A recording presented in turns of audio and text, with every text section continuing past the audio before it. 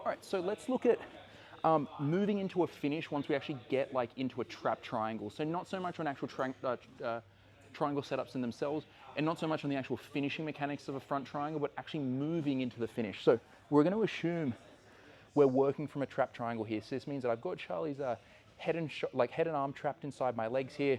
I've got my legs locked together, and we're starting out with ankles crossed. Now we want to make sure that Charlie can't like posture away from me here, because once like he actually postures up, this is really hard for me to work with. I'm not going to be able to do anything. And as we've talked about before, you work with what's presented to you. When heads are in front of hips, we're going to work with the upper body. When his head is over his hips, we generally think about going to the lower body. So you might switch into K guards and things like this. So I don't want to allow Charlie to posture up and away from me. So notice this here, I'm keeping my legs, my heels retracted here. And this is where I want to highlight probably the biggest mistake people make, and one of the most common things that's taught with triangles, which is when I want to tighten up my triangle, I want to get his elbow inside of his shoulder. And the way that people will commonly show this is passing the arm across to the other hip here. Because notice, if we square up with the camera actually, notice now Charlie's elbow is inside of his shoulder here. This is good because now I can cover his shoulder with my legs and we have a nice tight strangle.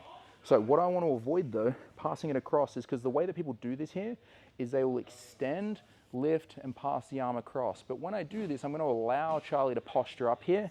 And this should realistically be that once I do this, I'm not going to be able to get Charlie back. Like now he can do a bunch of different things to go onto a skates that we've looked at before. And this shouldn't go very, very poorly for me.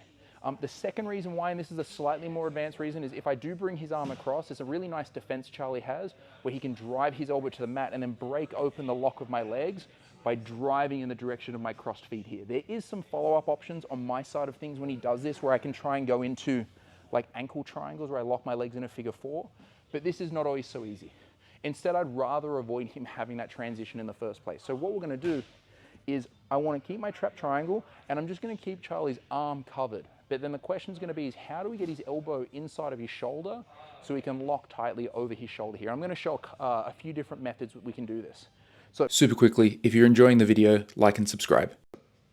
first one, and this is a great one from John Danaher, where I'm going to go behind Charlie's head. And ideally, if I can reach his armpit, this will be the best, but I can also take a collar tie here.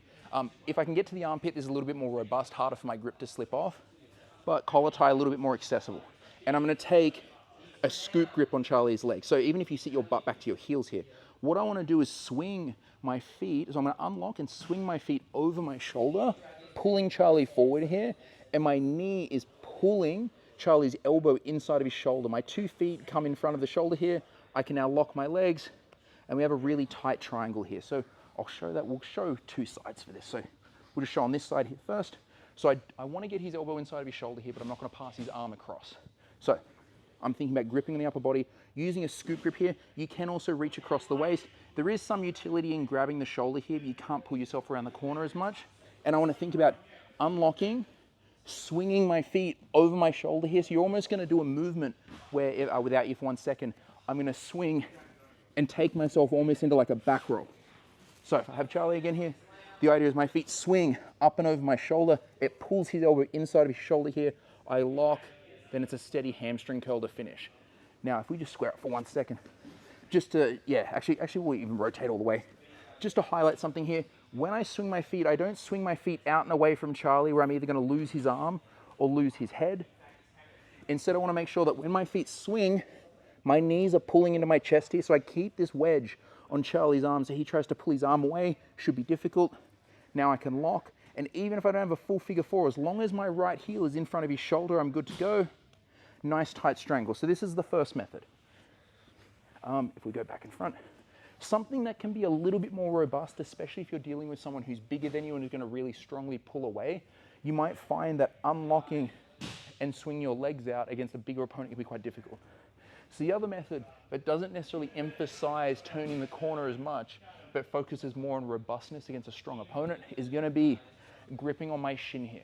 Because now when Charlie tries to posture away, should be difficult, and I'm going to think about still reaching, but generally speaking, I'm going to have to step on the hip and then use this sort of almost like bicycle movement here to pull Charlie's elbow inside his shoulder.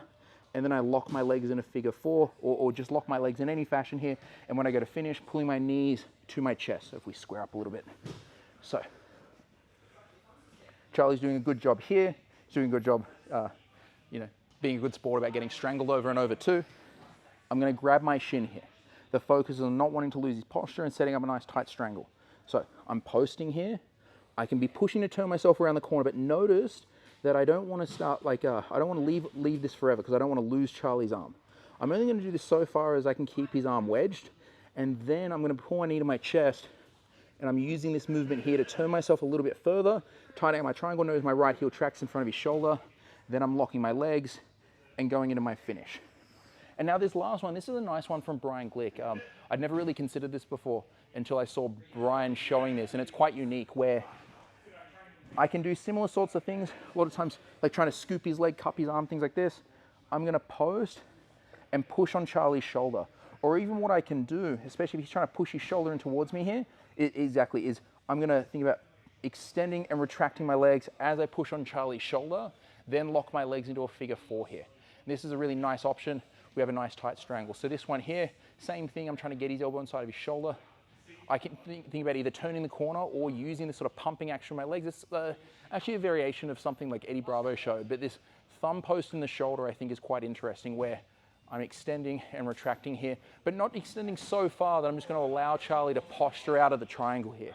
It's going to be very small movements where I'm going to go 1, 2, 1, 2, like just little pumps there with my legs to lock this up nice and tight.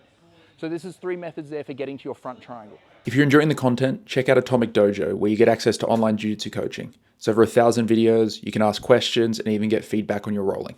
Link down below. Now, a common problem, especially when I'm keeping Charlie's arm on the outside here, is he hugs around my waist.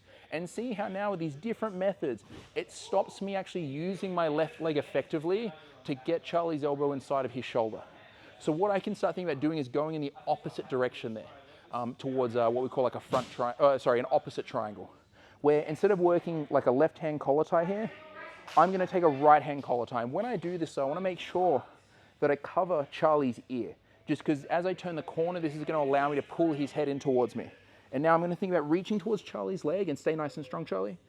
What I'm gonna do is I wanna think about swinging my feet up and over my left shoulder, or my right shoulder here, until I can turn the corner, and then I can start using my hand to assist on my triangle. What I wanna have is my calf right up inside of Charlie's armpit, then I'm looking to figure 4, and I'm pulling his shoulder into the side of his neck there. So if we turn the corner here, thank you.